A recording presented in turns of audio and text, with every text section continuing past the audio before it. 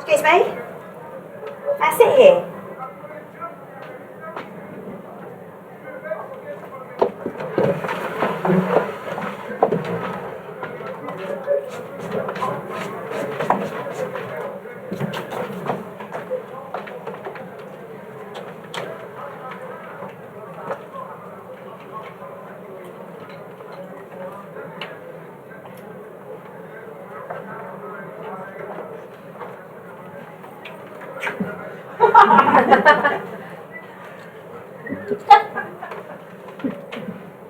I'm Donna Ryman's friend. That's nice. No, I haven't made myself clear. I'm Donna Ryman's friend. No names. No names. No names. Oh, right. Charlie Figgy's Donna's brother-in-law said... I said no names. Sorry, it's just that Charlie Figgy said... No names means no names, and all you're doing is naming names. Someone said you would kill my husband for me. You didn't just say that out loud, did you? Yes, I think you'll find I did. I think you'll find you're supposed to say something like, you've heard, I can take care of your problem. Okay. I've heard you can take care of my problem. By killing it. You are either an idiot, or you think I'm one, or you're off your face on something, but whichever it is, it means this conversation is now over. 8 years. 8 years I gave that man. Who were you talking to? You, of course. Are you a bit mum? Did I not just say this conversation is over? I mean, you did, but just because you say the conversation is over doesn't mean the conversation is over. Well, it does where I come from. It does in the language I speak. Oh, yeah, but I've got the subtext. I don't even know what subtext is, let alone how to use it. 8 years. Took him into my confidence. Total trust. I told him things about myself, so personal. Even I don't like to think about them. I even introduced him to my mother. I do not want to hear about your mother. Go see a marriage guidance counsellor. Marriage guidance? I don't want to get back with him. I just want someone to kill him. Yeah, well, good luck with finding someone. Yeah, I have found someone. You. And that wasn't easy, let me tell you. Charlie Figgy said you were good. Said you were brothers, got me to Mario Martellini. Keep your gob shut. No names means no names. And there you are, rattling them off like you're reading a bloody telephone directory. Any names? Yeah, but you don't say those names out loud. Not those names, and not in here. Look, don't say any names out loud. If you want to name someone, write it down and show it to me, alright? Why? Why? Why do you think? I've absolutely no idea. Yeah, well that's bleeding obvious. Do you always carry a stack of post-its around with you? Yes. It's a bit weird if you don't mind my saying. I do mind you saying post-its are handy. Well, in an office, yes, but who carries a stack around with them? Look, just write down any name you would otherwise yell out, alright? Do you know what he did? Who? My husband. What? No, of course I don't know what he did, and to say I don't care is quite frankly an understatement. Yeah, but you should know. I'm sure in your line of work it helps to know. You have no idea about my line of work. Contract killing, it seems fairly obvious. You were off your face on something, aren't you? Oh, I am never off my face, I'll have you know. I know all about who you are and what you do, and I will tell you about him, my husband, so you can do what you do to him. 8 years, and do you know what he did? He ran off with someone else. How did you know? Come on, you're going on about wanting your husband brown bread. It's got to be about another woman. Oh, you're good. You are. I'm glad we've entered into this agreement. What agreement? We have no agreement. You ever spent 8 years with one man? Are you serious? Oh, no. Point taken, I suspect you haven't. Except maybe in prison. But let me tell you about 8 years with the one man. The little endearing qualities, the odd character quirks. Oh, they are endearing. For about 2 weeks. Right, he has this thing he does when he's busy. Sings to himself. You know the song Mac the Knife? Yes. Sung by... Oh, what's his name? Oh, come on, everyone has sung Mac the Knife. No, but there's that one bloke made it famous. Got it. What are you doing? Writing down the name of the bloke who made it famous. He got it in the charts. There you go. Bobby Darren. You don't have to write down Bobby Darren's name. You said writes names down, don't say Yeah, them. but Bobby bloody Darren doesn't count. You are a mass of contradictions. Anyway, you know the song, Mac the Knife. I told you I did. Yeah, well, he doesn't, my husband. Sings it anyway. Only knows the first 2 lines, but sings the whole song with just those 2 lines. Oh, the shark deer has such teeth, babe, and he shows them pearly white. Oh, the shark deer has such teeth, babe, and he shows them pearly white. So? Oh, but he doesn't stop there. Keep change. Oh, the shark deer has such teeth, babe, and he shows them pearly white. Oh, the shark deer has such teeth, babe, and he shows them pearly white, and on and on and on forever. How do you think that made you feel? Hearing that every day, several times a day, for 8 years. Oh, the shark deer has such teeth, babe. It's like torture. It's like waterboarding or something. Oh, and then there's the thing where he puts on his socks. Everyone puts on socks. Not like he puts on socks. Right, he sits on the edge of the bed and sighs like he's about to attempt something incredibly physically demanding. And somehow it's your fault, that sigh is for you. But first, before the socks go on, he picks at his feet. What exactly? I really don't know. Loose skin, toenails, whatever it is, it's so unsexy it could make you bath. I used to have to imagine music playing just to make it bearable. What, Mac the Knife?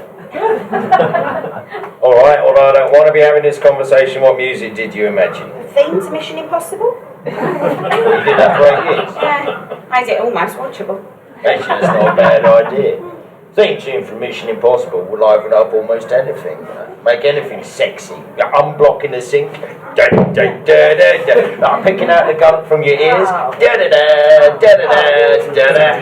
That, and the theme tune from Shaft. The theme from Shaft? Yeah, the Isaac Hayes one, that would also liven up anything. And the theme tune from Hawaii Five-0. Yeah, I think you're right. I think both those themes would work. That's what proper magicians use them. Magicians? Yeah, proper magicians. Proper magicians? Oh, is he real magicians? Oh, blimey, what's the matter with you? I'm talking magic ain't real.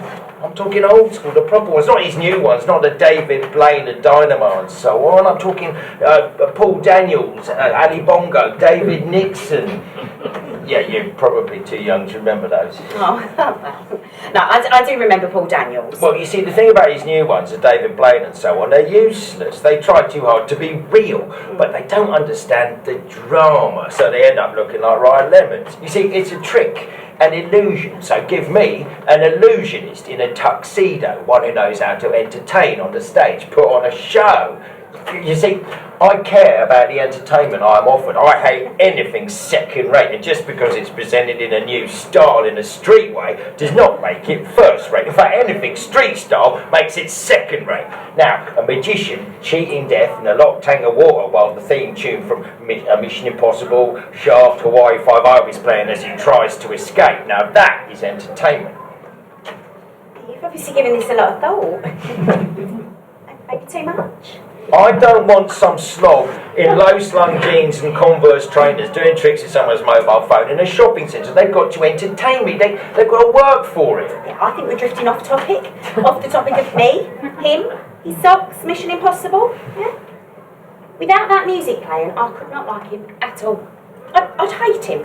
And I'd look for something sharp and heavy to bring down on his head. Makes you sound like a right nutcase. This coming from a bloke who kills people for a living. Stop going on about killing people. Imagine how you'd feel after 8 years of sock putting on, prologued and epilogued with, oh, the shark deer has such teeth, babe. He was my husband, my other half, so I never did bring anything sharp and heavy down on his head because of that.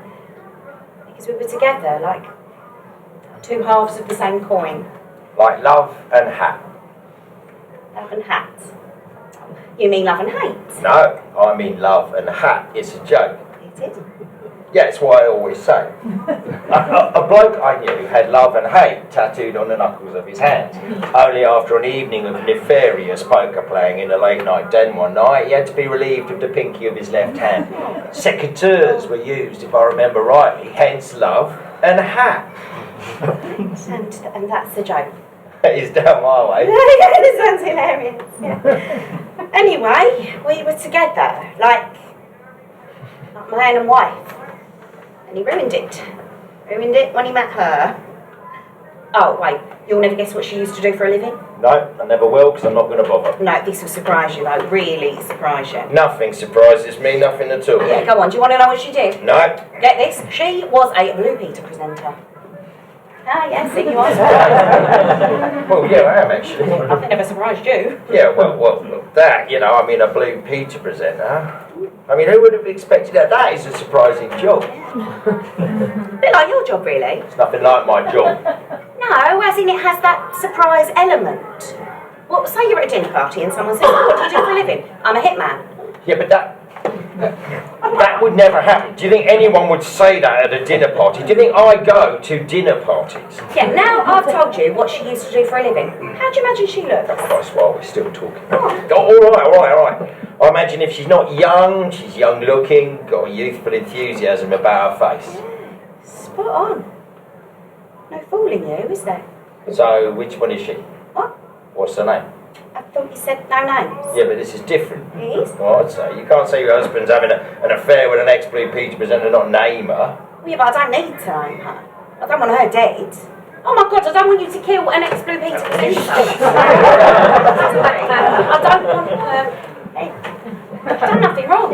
Apparently, she thinks my husband's been divorced for 3 years. That's what he told her. She don't know he's even married. Is it Valerie Singleton? Not only is that way off the mark, it makes me wonder how old you think I am. Tina Heath. Why are you so interested all of a sudden? Well, you don't drop a bombshell like that and expect me to ignore it. Leslie Judd! No, gosh, you're very animated. Well, you're talking about my childhood, along with everyone else who grew up in the UK. And that's what I don't get about him. I mean, it would have been part of his childhood too. I think it'd be a bit weird having an affair with someone who made one of those advent crowns out of coat hangers. It'd be like defiling a childhood memory. A childhood Christmas memory, no less. No, they met at a party thrown by Dennis Varney. Look, for the 100th time, don't say names out loud, write them down. Dennis Varney loves his showbiz parties. Is it Janet Ellis? No. Right, my husband was supplying cars to that man there, so we got invited to one of his parties. That man there lives in a huge mansion that makes you think of very stupid people. You know, we've just won the lottery and suddenly come into millions. Big Doric columns and a wagon wheel is on the front entrance. Oh, and the gravel driveway is lined with topiary in the shape of Looney Tunes characters. It's what my mother would call vulgar. Oh, and on the walls in the grand living room there is genuine artworks by artists as diverse as Rembrandt. Hogarth. Picasso. Banksy. Yeah, the artists. I really don't think you've understood why I've asked you to write down some names.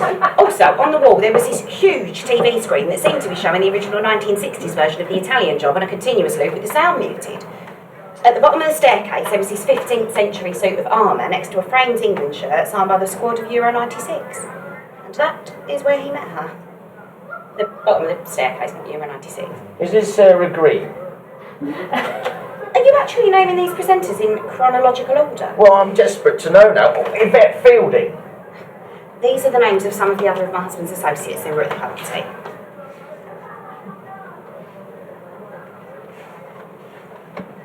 The Italian Job, the original one, the one at that party, is probably the greatest British film ever made.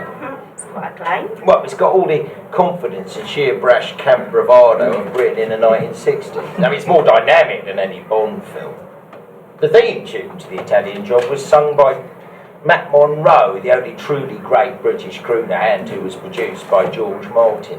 Actually, the lyrics to the theme tune Written by Don Black, who also wrote the lyrics to Thunderball and Diamonds Are Forever.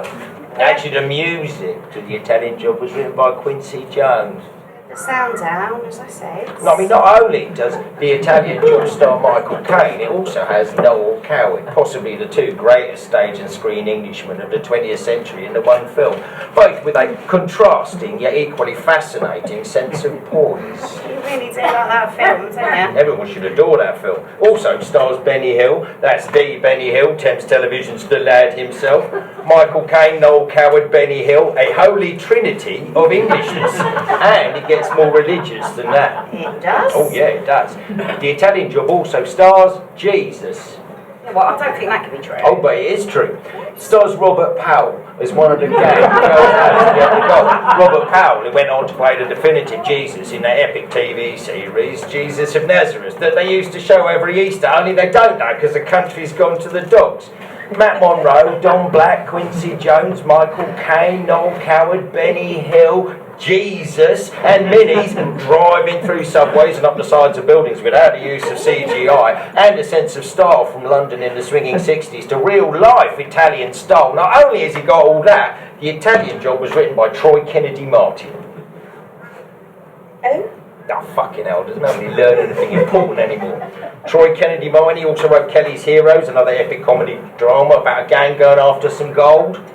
Troy Kennedy Martin created Z-Cars. Oh, and his brother, he wrote the greatest television series of all time. Now, you must know what that is. Oh my God, Downton Abbey. What's been more wrong? You should be ashamed of yourself. Troy's brother, Ian Kennedy Martin, he wrote The Sweeney. And Troy Kennedy Martin wrote the two Sweeney films, the original ones, with John Thor, Dennis Waterman, not got that new mess that was a remake in name only. Yeah, I think we should get back to more important things like me and my story. Write your husband's name down. No, just write it down.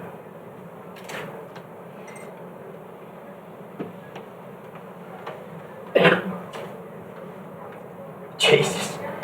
Is my husband a problem? No, I meant Jesus, he shagged a Blue Peter presenter. What do you mean? I know your husband. He is no oil painting. And he got off with a Blue Peter presenter. I mean, there's hope for us all. Steady on. I knew dead and all that. Was he marrying? What, for a bet? That is not very nice. It might be a worthless piece of pond scum, but I do have some taste. Yeah, bad taste. I never get what women see in men. So, are you going to take care of my problem for me? No. I'm going to get another glass of wine. Would you like a drink? Yeah. Scotch. Double. What scotch is?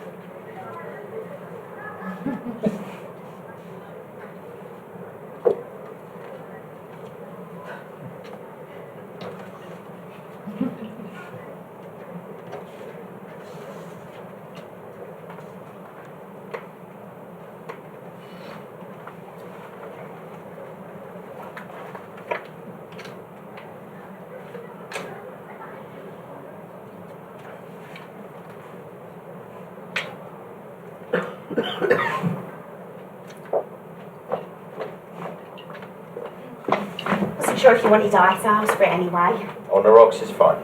Cheers.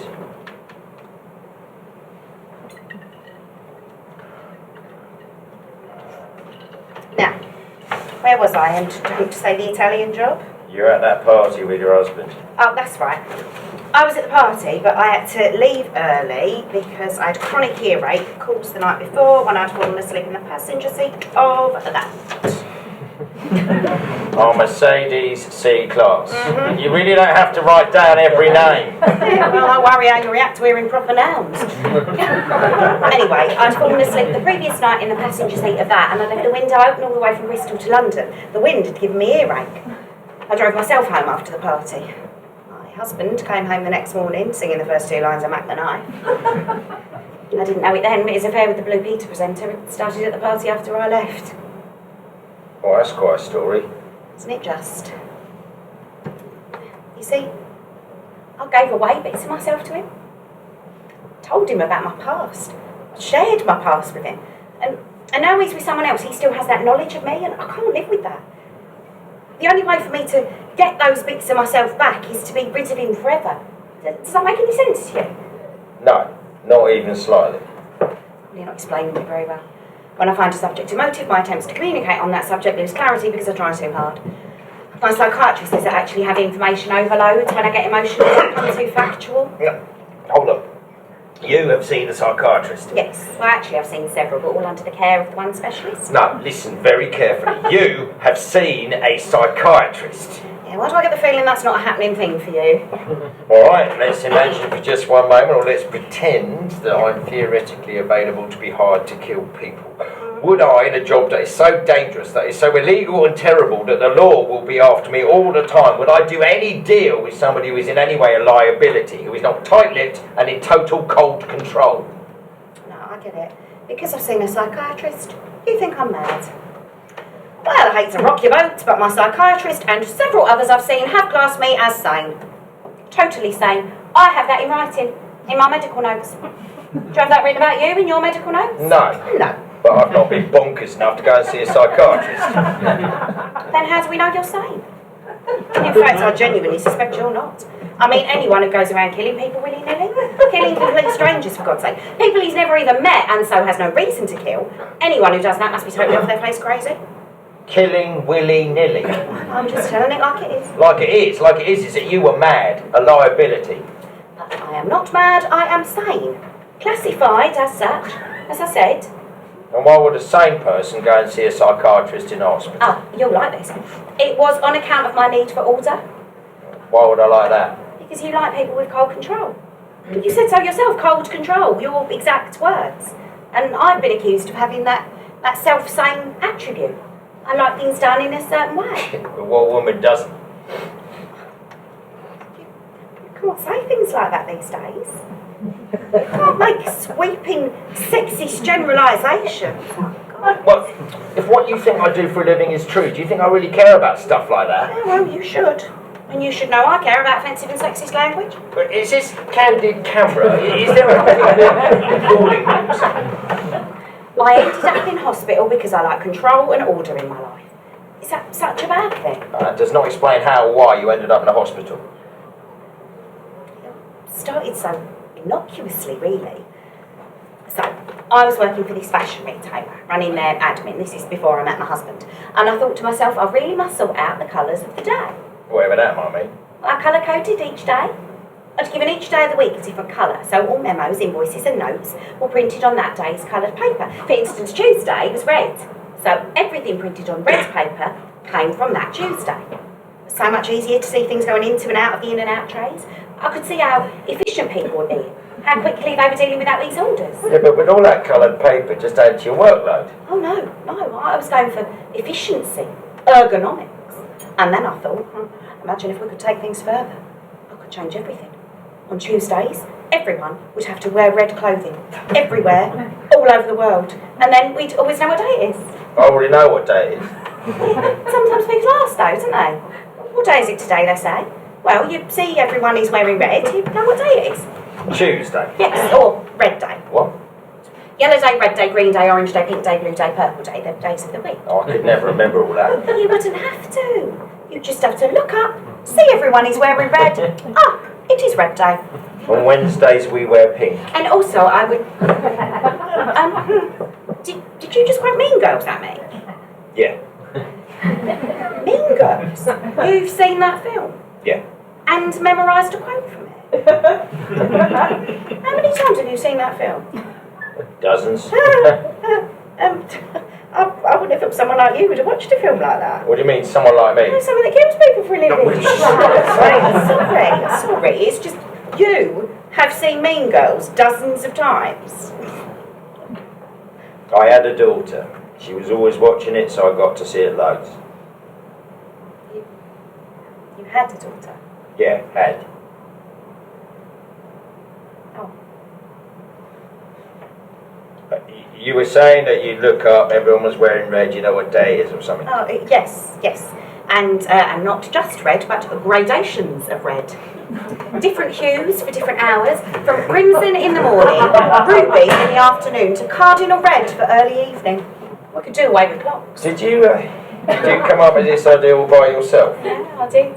Even wrote a huge report on it, printed on yellow paper because it was finished on a Monday. What, the 7 different colours for the 7 days of the week? Oh no, 10. 10 what? 10 days of the week. Well, 7 is such an arbitrary number, so I, in this report, suggested a 10-day week with 10 different colours. Well, I'd included silver, ochre and white to avoid confusion, built into a 10-month year, with each month being exactly 4 weeks long, making a year 400 days long, as opposed to the ridiculous 365 or 366 we have now, which I'm sure you'll agree is unsatisfactory. I would. Yes. Think of metric measurements as opposed to imperial. How much easier it would be to manage profit margin projections if we're working with SI units of measurement. And by getting rid of 2 months of the year, we bring September back to the 7th month, October the 8th, November the 9th, December the 10th. Now, doesn't that make things tidier? I suppose. Oh, of course, I've renamed the other months to bring them in line with the Latin numbering. Unus, Vajula, Tresba, Quattuba, Quincunba, Sexba, September, October, November, December. Doesn't that sound less mad than what we've got now? And you were classified as sane. Yes. Control, order, logical. I just wanted everyone to follow this new system at work. So there I was on a red day, dressed in a red skirt, red blouse, red tights, red shoes, eating strawberry jam and tomatoes. No, hold on. You ate food the same colour as the day.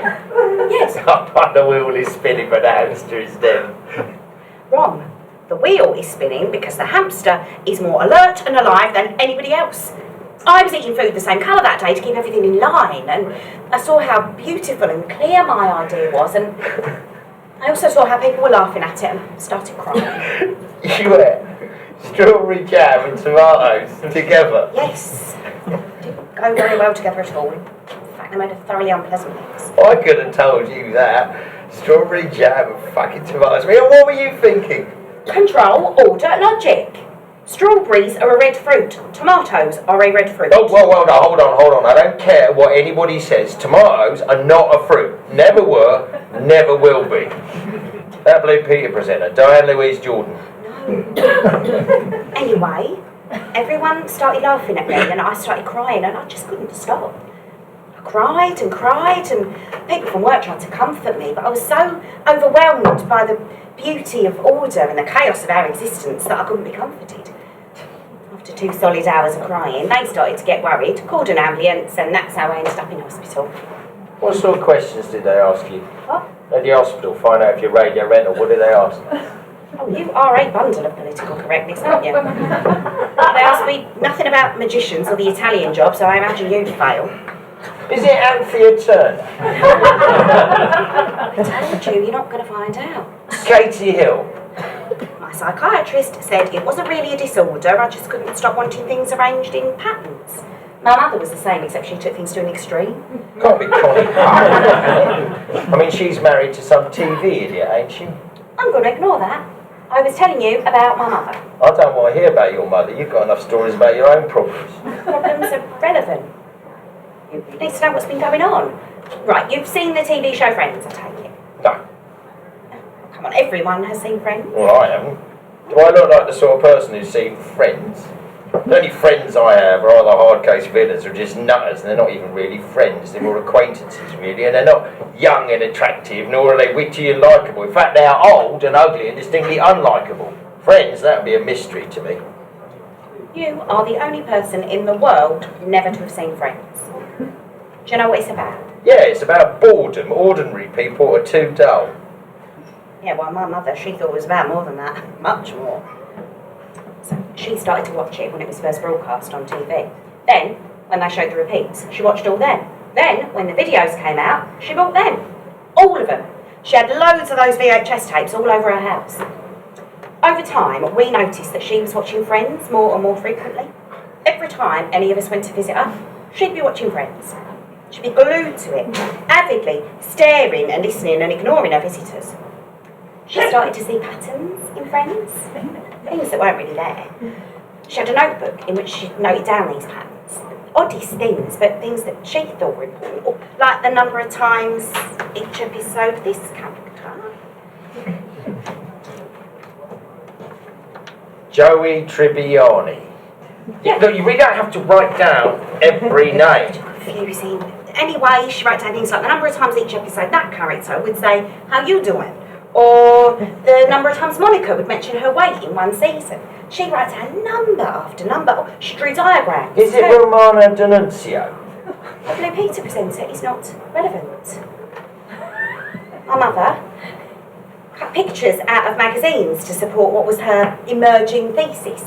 Rachel's hair length and style was of particular importance. Oh, she drew a perfect blueprint of the layout of Monica's apartment.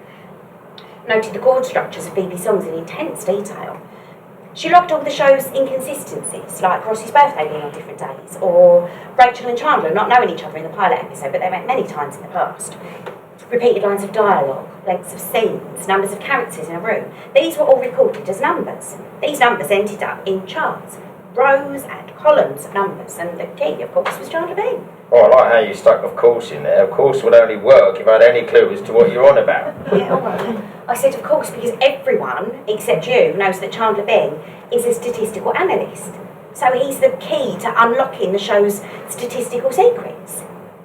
According to my mother, if you add up all the columns and rows of numbers and start dividing them by some other numerical factors she found, you come up with some figures that actually mean something. She came to the conclusion that Friends was actually showing us that the date of John F. Kennedy's assassination, the Knights Templar, Roswell, the Bermuda Triangle, the death of Princess Diana, Liz Barker. Area 51, 9/11, Rendlesham Forest, the Oklahoma City bombings, Marilyn Monroe's suicide, and the whole host of other wild and disparate theories were all elaborately linked in this complex web and laid out as fact for the world to see in that sitcom. It was when she started photocopying her theories and handing them out at the local Tesco's. We had her shipped off to the Morsey Psychiatric Hospital. Your mum sounds like a right dingbat. She's as mental as you. Seeing patterns is not madness. You never heard of pareidolia? No, never. And I don't even know how to say it. I do watch DVDs of the Sweeney all the time. I once tried to visit every boozer that was shown in every episode, only I gave up after one because it was a pain in the arse to find them. Is that a story? I think you need to work on your anecdotes. What, in case I'm called on to entertain at the many dinner parties you think I'm always attending? I just thought you might have acquaintances from work that you'd like to socialise with, you know, like normal people. What, if you think thieves, extortionists, drug dealers and other criminals are people you want to socialise with, go ahead, you invite them to dinner. But don't be surprised if you wake up confused, bruised all over, and all your jewellery's gone missing. Oh, and your little dog has gone too, and all that's left by his bowl is a ransom note that's made out of letters cut out of newspaper. I was talking about pareidolia, the tendency to see patterns in random data. It's very common in people with a tendency towards OCD. You must have met people with obsessive-compulsive disorder. I did share a cell with a bloke called Pascal when I was on remand once. He was as mental as you. They're not mad at all. No, he was as mental as can be. He was in for pickpocketing. Now, Pascal, he always carried a tape measure, and he was always measuring things, like the higher the chairs, higher the sink, higher the light switches to the floor. You see, Pascal was a midget, a dwarf, and he was measuring these things because he didn't want to stay in prison. He wanted to say that the height of the chairs, the tables, and everything else wasn't right for him, that the nature of a prison building was prejudiced against him. And as he couldn't be expected to use the facilities, they've just got to let him go. Yeah, then he wasn't mad at all. He had a reason to be measuring these things. Oh no, he was nutty as a fruitcake. Right little violent sort he was. His defence that the building was prejudiced against him got thrown out of court. They're still laughing about that case to this day. I think he got 9 months in the scrubs. I don't like your stories. I think they're pointless. I want life to be ordered and perfect, and I want the imperfect things gone. The imperfect things like My husband. You do know who your husband works for, don't you? No one, he's self-employed. No, just because he fills in a yearly tax return does not mean he's not working for somebody. It doesn't mean he's not in someone's pocket. Look. This guy. That's who he works for. How do you know? No, I know. What it says? No, don't read it out. I know what it says. Now, this guy, he's about to be handing over his business to his eldest son. A son that is lacking in brains and manners and class. Now, the dad, he's got old-fashioned respect. He loves the royal family, for instance. He once beat somebody senseless for making untoward remarks about Pippa Middleton's backside. You're right, I know, Dad. No. Anyway, there was a party a few weeks ago thrown by the dad. He's 70 and retiring. Black tie, dinner and dance. And I went down and joined all the suited villains and their dolled-up wives and girlfriends. It's a big ballroom in a posh hotel on the south coast. Can you imagine what that was like? Gorillas in dinner suits with sovereign rings on their ground trailing knuckles, accompanied by women who look like they used to be barmaids in the 1970s. Now that is surprisingly accurate. Yeah. A room full of bouncers, muscle and hard case villains with their dead-eyed missuses. Now, this is the thing. When all the criminals get together, they become surprisingly well-behaved, polite even, and this respect transfers across to their response to the waiting staff, the bar staff and the magician. Oh, magicians, not magicians again. Yes, magician. You see, the dad, like myself, he loves his magic shows. So, on that night, in that hotel, between dinner and dessert, there was the floor show. Big illusions, escaping from a locked tank of water, that sort of thing. Now, I particularly liked the sawing a woman in half routine, and the assistant for that routine was your archetypal magician's assistant, all lycra, leotard, fishnet tights, impossibly long legs, impossibly pretty face. And when she came on, you could tell that the dad was instantly smitten. His eyes shone like prison yard spotlights, and his bow face, normally a mask of inscrutability, lit up, and he smiled. And he wasn't the only one. Every man in that room was taken by her presence. They sat up, they smoothed their shirts, they straightened their ties. It was clear that no one was going to hassle this young lady. It was like they wanted to look after her, protect her like she was fragile. Anyway, after the show, Dad goes up, introduces himself to the magician, and he's polite and gushing in his praise for their act. Although, you could tell sometimes he was looking for a puddle so he could put his coat on it so she could walk all over it. Yeah, what's this got to do with what we were talking about? But if you just start to hinge on your cake hole for just one moment, you'll find out. Anyway, I wandered around nodding at a few villains, and this is when the son comes in. Now, this son, he's about 40 years old and acts like a teenager. Like, where the dad is solid, granite, hard, the son is galvanised, electric, whipcord, thin. Dad's brain might be wired towards a predisposition to violence, but the son's brain is just fizzing. It's an electric mix of bad chemicals. He can't sit still. He vibrates. Okay, I'm surely not literally. Yes, literally. You see, the son is wrong. In the head, damaged, insane. Now the dad, he built the business, the empire, he fought for it, he planned it, and the son is the dad's blitzkrieg, his lightning strike. The son has this level of unpredictable lunacy that we are all scared of, and the son is taken over from dad, who is retiring. So, son comes in, and the dad is not impressed. You see, the son is in this big posh ballroom with a hooded top and trainers, and the dad is aggrieved. Can you not read? The dad says. It says black tie on the invitation. Not that it mattered. I think the dad forgotten that the son cannot in fact read, but the son turns to the dad and he says he doesn't even know what black tie is anyway. I mean, he's thick as a Docker's sandwich.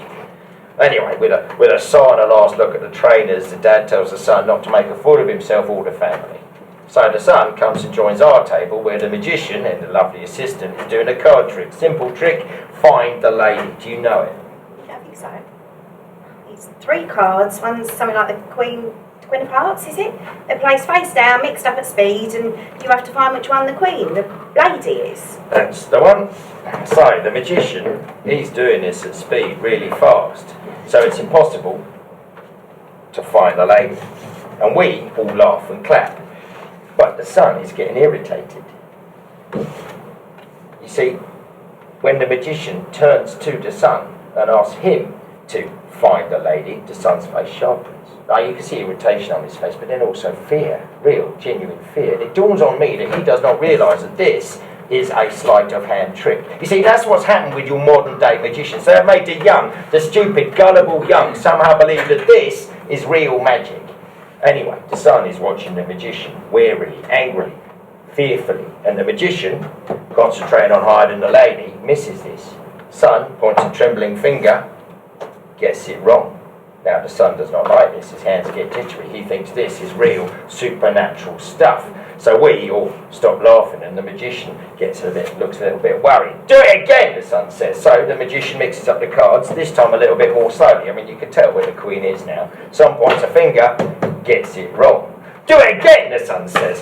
Find the lady, the magician says, mixing the cards up so slowly that even Stevie Wonder would know where the cards are. Son points a trembling finger once again, gets it wrong. Now, nobody is laughing. Do it again, the son says. So the magician mixes up the cards so slowly that it will be impossible to get it wrong. You'd have to be in the other room to get it wrong. And to make it even more obvious, the magician points at the card when he says, find the lady. I mean, there's no way the son can pick the wrong card. You go on, what happened? Son points a trembling finger. What we all know is the wrong card. We stop breathing. Magician flips it over. Son goes mad, and before anybody can blink, he punches the magician, and before the magician can react to the punch, the son picks up a table knife and stabs him in the side. Now this is all a bit much for the men round the table, so we get up between the magician and the son. Now the magician, he falls to the floor, the whole ballroom goes quiet. What did I do, the son says. What did I do? The knife passing between his left hand and his right hand. Now I open up the magician's jacket, check him out, and then a dove flies out of his jacket, and then a ball pops out of his mouth. Ta-da, the magician says. I lift up his shirt. There's a tiny puncture in the dull table, and I've barely scratched the surface. Meanwhile, the sun is fizzing like a firework. What did I do, he says. What did I do? You attacked him, the magician's lovely assistant says, and before anybody can react, he turns around and whack, he hits her! That beautifully designed, wonderful young woman, that vision of youth and promise, of showbiz and pizzazz, and something other than the dirt and grime that the rest of us are mired in.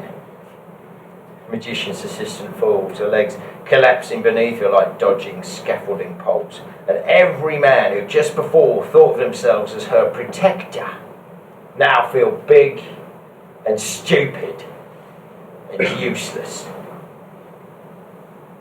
Son asks again, what did he do? And the dad tells him to get out. And then the son saunters out with this like preposterous swagger. And that son is the future.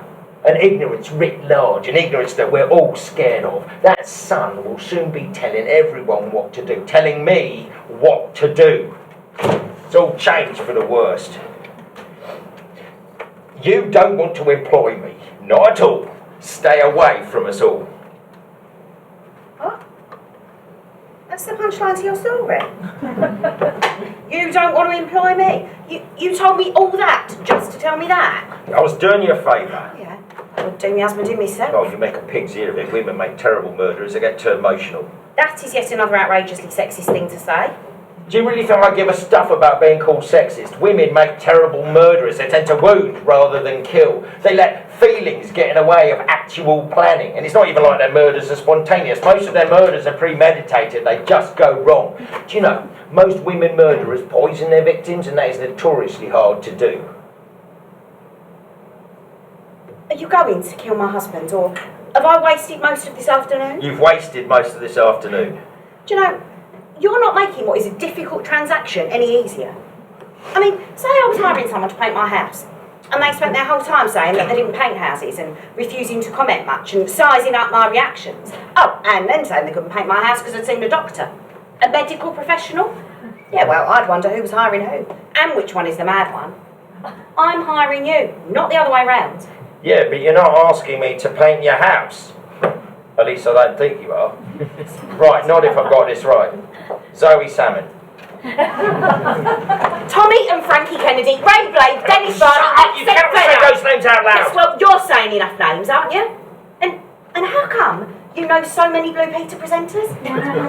I saw those presenters more times a week than I saw my own parents. Blue Peter was only on twice a week. Is it Helen Skelton? Oh, I told you it doesn't matter who she is. Oh, but it does matter. I need to know. And you planted that need in my head.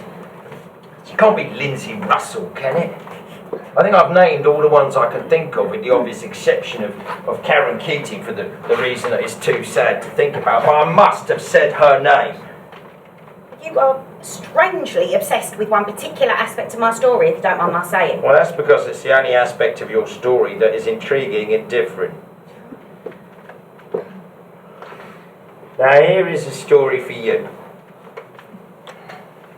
I work for a firm, one you obviously know really well, given all the names you were yelling out all over the shop. The other day, Charlie Figgis gives me a call with a job, simple one. I'm to carry out a hit with a woman, and when she makes herself known, tells me she wants her husband dead, I'm to carry out that hit on that woman. You see, the contract was taken out on you. I never know the arrangements of these things, but it's pretty obvious your husband took out that contract. You thought you were here to harm me, but I'm here to kill you. How do you like that story? I think I prefer mine. I bet.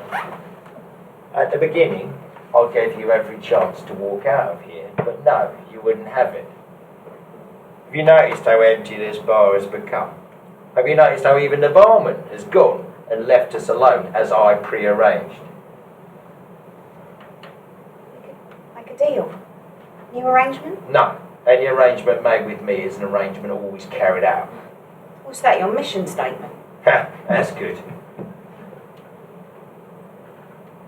Do you know what a loyalty test is? No.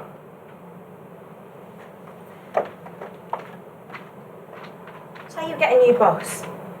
Say your old boss is retiring and he wants to test who's loyal and who isn't. Say he wants to test who would carry out a hit. A hit sanctioned by Donna Ryman, no less. And I know where you placed her in the chain of command. I saw it when you arranged those post-it notes into a neat order of who's in charge of who. So you know how important she is. And I really am Donna Ryman's friend. And Donna Ryman ranks much, much higher than Charlie Figgis. And you have failed that loyalty test because you're following Charlie Figgis' instructions and not Donna Ryman's. Nice try, but it won't wash. Now, I thought you had me rumbled when you said that thing about most women killing by poisoning their victims. You remember when I went and got you a drink? So what was in it? No, you're lying. I would have tasted it. I know my scotch. Poison was in the ice, as was prearranged. Frozen, so it was tasteless. I didn't have to put it there, I just had to ask the barman for ice, and they did the rest. The same barman I got to clear. This barman. This one who's gone and left us alone. There we go, and I'll tell you what was in your drink. It's slow acting. The hospital will know how to treat you, but only if they know what you've ingested. I can even write on one of your post-it notes. Either you were lying, just to maybe let you go, or you're telling the truth. But whichever it is, it means we are both going to die. Back up there a bit, we're both going to die. I'm not going to let you go just to find out what I've been poisoned with. You might not have poisoned me at all, or you give me the name of the wrong poison. Either way, it doesn't matter. I'm old-fashioned. I carry out any job I've been given. Don't let your reputation stand in the way of surviving another day. You'd rather definitely die than have a chance of living. What have I got to live for? Getting old, getting feeble, being afraid to go out, and then dying all alone with the heating off and an icicle hanging from my nose. Now my best days are long gone. Just because you don't want to live doesn't mean I have to die. Oh, but do you deserve to live? You've been going on about wanting someone dead. You got any idea what that means? If you ask me, life seems pretty cheap to you. And if what you say about my drink is true, that makes you a murderer. How does that make you feel? I don't feel great, to be honest. Perhaps I feel a bit sick.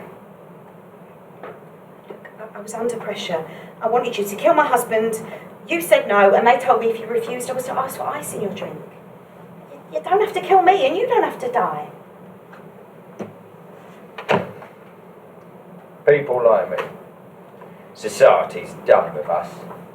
Society only really caters for people like you, people who want to talk about their feelings as if anyone would be interested. Times have changed. They'll never remake the Sweeney, not now, not properly. There's no entertainment made for me anymore. There's nothing for me anymore. Society's moved on. I'm not needed, not even by the underworld. Look, I'll write down the name of the poison. You can let me go and we'll never have to see each other again. Tempting as never seeing you again is. Don't write down the name of any poison. I don't want you to die now. Yeah, but you should have thought of that earlier. And you wanted your husband dead too. That makes you a very bad person indeed. How much of your story is true? All of it. All of it. I wanted you to kill my husband, and they said if you refused or stalled, I was to ask for ice in your drink. They were testing you with me. Everything I've said is all true. I really am Donna Ryman's friend. She's promised me someone else will kill my husband if you don't. Oh, God. That Blue Peter thing. That really did surprise me, and it is a question that needs answering. In fact, it's the only question I've really wanted answered in quite a few years. So, I don't know. Write her name down, the presenter, and if the name satisfies me, I'll let you walk out of it. The name will only disappoint you now. The revelation will be an anticlimax. No. I've got visions of presenters making Tracy Island or Mother's Day gifts at a loo roll, washing up bottles of sticky black plastic, or abseiling down the side of Big Ben. It's all I can think about. I need to know. This isn't about her. It's about him. You built it up too much. I only told you that bit so you know what all this is about. I only told you about the Italian jobs. You'd understand what I was all about, but you didn't understand anything. We've told each other a lot, but we've understood nothing. But the name will only disappoint you. It'd be better for us both if you didn't know. No, it won't give you any sort of satisfying ending. Write her name down. And if the name does not satisfy me, I'm going to do a conjuring trick and make you disappear faster than you can say, you were only supposed to blow the bloody doors off. Her name, now.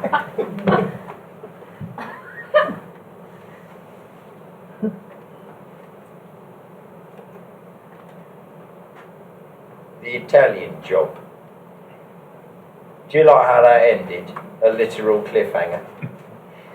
I know you love that film, but I'm really not a fan. I especially hate the ending. I mean, it doesn't even have an ending. It's a non-ending. How could anyone like that? I mean, who would invest all that time in the story and the characters in order to not find out how it ends?